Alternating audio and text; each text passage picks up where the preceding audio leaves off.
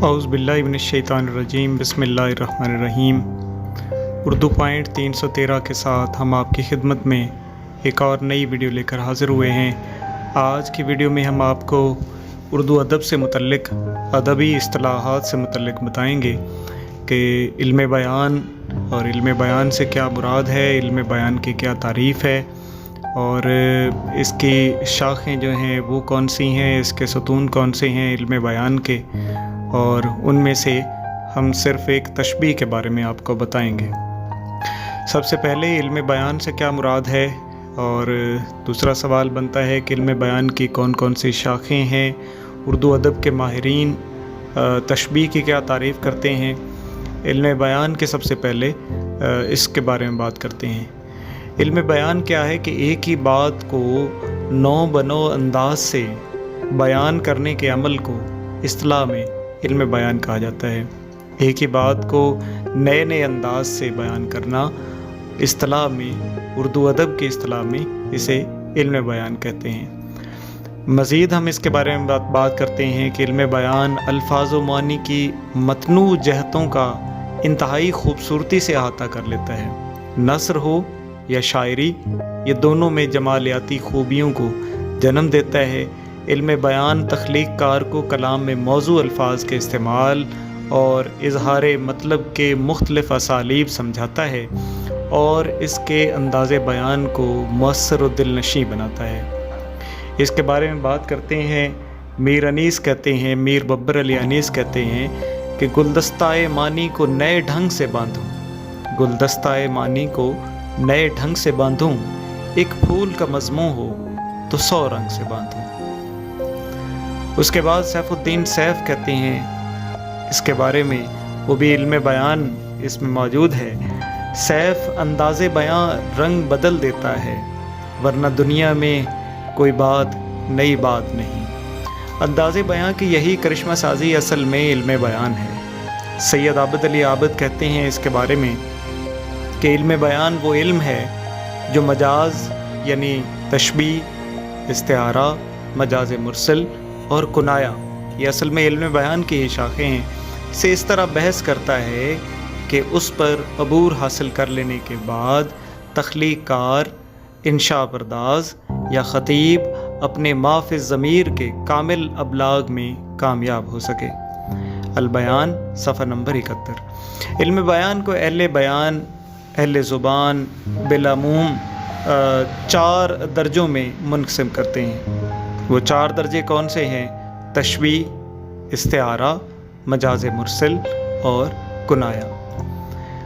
सबसे पहले हम तशबीह के बारे में आज हम बात करते हैं कि तशबीह क्या होती है। तशबीह का लफ्ज़ जो है ये किस ज़ुबान से लिया गया है? तो तशबीह जो है ये असल में अरबी ज़ुबान का लफ्ज़ है। तो तशबीह का लफ्ज़ जो है इसका मतलब ये लफ्ज़ जो है ये मुशाबहत है, ये उससे मुश्तक है, जिसके मानी क्या है कि किसी एक चीज़ में दूसरी चीज़ की शबाहत को तलाश करना, किसी एक चीज़ में किसी दूसरी चीज़ की शबाहत को, शुबे को तलाश करना। मुरव्वजा जो मानी इसके बनाए गए हैं, इसकी तारीफ़ात जो अहले ज़ुबान बयान की हैं, उनमें से हम एक करते हैं कि किसी एक शख्स, चीज़ या कैफियत को मुश्तरका सिफ़ात के बिना पर किसी दूसरी निस्बतन ज़्यादा बेहतर चीज़, यानी कि वो उससे ज़्यादा बेहतर होनी चाहिए पहली के बनिस्बत दूसरी चीज़ जिससे हम तशबीह दे रहे हैं वो ज़्यादा बेहतर होनी चाहिए।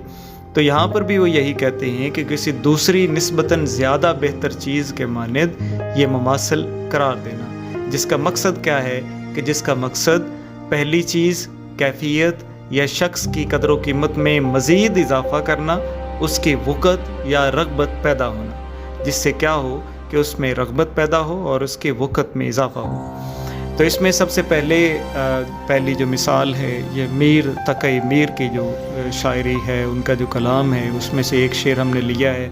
नाजुकी उसके लब की क्या कहिए, नाजुकी उसके लब की क्या कहिए, पंखड़ी एक गुलाब की सी है। उसके बाद ये मज़ीद एक शेर है, एक और मिसाल ली है कि शाम ही से बुझा सा रहता है, शाम ही से बुझा सा रहता है, दिल है गोया चराग़ मुफलिस का। ये भी इसी तरह तशबीह के ज़ुमरे में आता है, इल्म बयान के ज़ुमरे में आता है। उसके बाद फिर कहते हैं कि फूल हैं सहरा में या परियां कतार अंदर कतार, उदे उदे नीले नीले पीले पीले पैर हम। उसके बाद मज़ीद कहते हैं वो सितारा थी कि शबनम थी कि फूल, वो सितारा थी कि शबनम थी कि फूल, एक सूरत थी अजब याद नहीं। उसके बाद इकबाल फरमाते हैं, ये भी इल्म बयान के और तशबीह के ज़ुमरे में आता है कि जहाँ में अहले ईमान सूरत खुर्शीद जीते हैं, जहाँ में अहले ईमान सूरत खुर्शीद जीते हैं, इधर डूबे उधर निकले, उधर डूबे इधर निकले। उसके बाद मज़ीद इसके बारे में अहमद नदीम कासमी जो हैं वो फरमाते हैं, वो कहते हैं कि शाम को सुबह चमन याद आई, किसकी खुशबुए बदन याद आई, याद आए तेरे पैकर के खतूत, अपनी कोताही फ़न याद आई। फिर कहते हैं कि जब ख़यालों में कोई मोड़ आया, तेरे गैसू की शिकन याद आई, चाँद जब दूर उफ़क़ में डूबा, तेरे लहजे की थकन याद आई।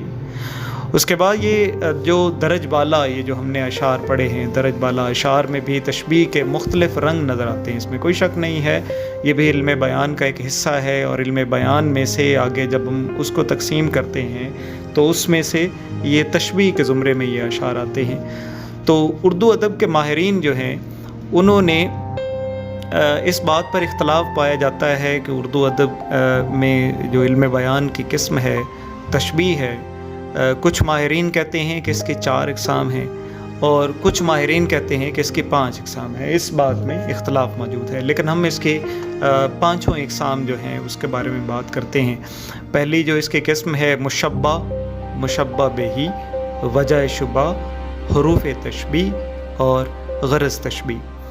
तो इसमें से छठा एक और जो है इसका इस्तिलाह में एक लफ्ज़ इस्तेमाल किया जाता है तरफ़ैन तशबीह। तरफ़ैन तशबीह कहा जाता है। तरफ़ैन तशबीह किन को कहा जाता है?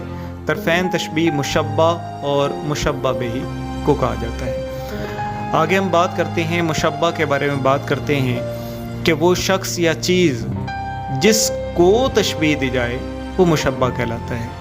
यानी कि इसमें मुशब्बा में और मुशब्बा बिही में क्या फ़र्क नज़र आता है, किस लफ्ज़ से अंदाज़ा होता है कि इनमें से मुशब्बा कौन सा है और मुशब्बा बिही कौन सा है।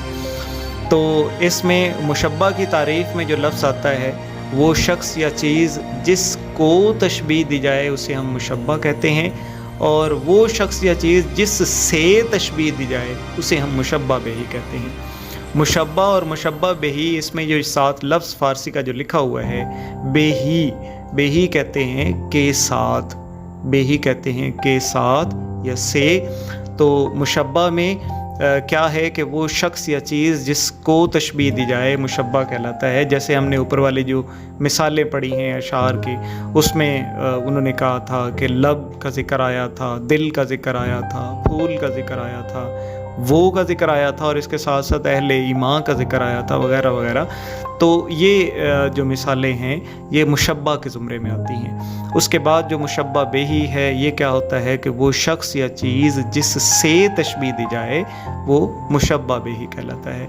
जैसे हमने जो चंद अशार पढ़े थे उसमें गुलाब की पंखड़ी का ज़िक्र आता है, तो इसके साथ साथ मुफलिस का चराग जो है उसका ज़िक्र आता है, उसके साथ साथ सितारा का ज़िक्र आता है, शबनम का ज़िक्र आता है, फूल का ज़िक्र आता है और इसके साथ साथ खुर्शीद का ज़िक्र आता है। तो ये वो अल्फाज हैं कि जिसे हम तशबीह की जो अरकान हैं उसमें से मुशब्बा बिही के ज़ुमरे में हम इनको शुमार करते हैं। उसके बाद आगे आता है वजह शुबा या वजह तशबीह। वजह शुबा या वजह तशबीह भी बाज़ जगहों पर लिखा होता है। ये क्या होता है कि वो मुश्तरका सिफ़त, खसूसियात या खसूसियत भी हो सकती है, थोड़ी खसूसियात भी हो सकती हैं, ज़्यादा हो सकती हैं, जिनकी बिना पर तशबीह दी जाती है, वो मुश्तरका सिफ़ात जिनके बिना पर तशबीह दी जाए उसे हम वजह शुबा या वजह तशबीह कहते हैं। तो जैसे जो मिसालें पेश हुई थी उनमें ज़िक्र हुआ था रंगीनी का ज़िक्र हुआ था, इसके साथ साथ बुझा बुझा सा रहना, اس کو بھی ہم اسی زمرے میں شمار کرتے ہیں. یہ بھی ایک مشترکہ صفت ہے اور یہ اس کی وجہ ہے جس کی وجہ سے ہم تشبیہ دیے رہے ہیں. اس کے بعد یہ لباس کی رنگا رنگی خوبصورتی اور طلوع و غروب وغیرہ یہ وجہ شبہ میں شمار ہوتے ہیں. اس کے بعد آگے آتا ہے جی حرف تشبیہ. حروف تشبیہ بھی بعض اوقات لکھا ہوتا ہے. اس کے ساتھ ساتھ ایک اور لفظ استعمال کیا جاتا ہے عادات تشبیہ. حروف تشبیہ، حرف تشبیہ یا عادات تشبیہ. اس میں کیا ہے کہ وہ حروف یا الفاظ جو تشبیہ دینے کے لیے عام طور پر استعمال ہوتے ہیں. ایسے حروف یا الفاظ جو تشبیہ دینے کے لیے استعمال کیے جاتے ہیں، عام طور پر استعمال ہوتے ہیں، انہیں ہم کیا کہتے ہیں؟ حروف تشبیہ کہتے ہیں، حرف تشبیہ کہتے ہیں یا عادات تشبیہ بھی اسے کہتے ہیں. یہ عام طور پر کیا ہیں؟ بالعموم کیا ہیں؟ کس طرح کے ہوتے ہیں؟ کس طرح کے؟ سا، سی، جیسی، مانند، مثل، مثال کی طرح، گویا، جوں، گوں، صورت، یا اور کہ وغیرہ. تو اس طرح کے الفاظ جو ہیں جب استعمال ہوتے ہیں تو اس سے بھی اندازہ ہو جاتا ہے کہ یہ تشبیہ کے زمرے میں بات آ رہی ہے. اس کے آگے 5ویں مثال کی طرف ہم چلتے ہیں. 5واں جو اس کا رکن ہے غرض تشبیہ. غرض تشبیہ کیا ہے؟ یہ غرض ہے، وہ مقصد یا غرض جو تشبیہ دینے کا سبب بنے، جو تشبیہ دینے کے لیے ہم اس کی وجہ بناتے ہیں، اسے علم بیان کے اصطلاح میں کیا کہتے ہیں؟ غرض تشبیہ کہتے ہیں.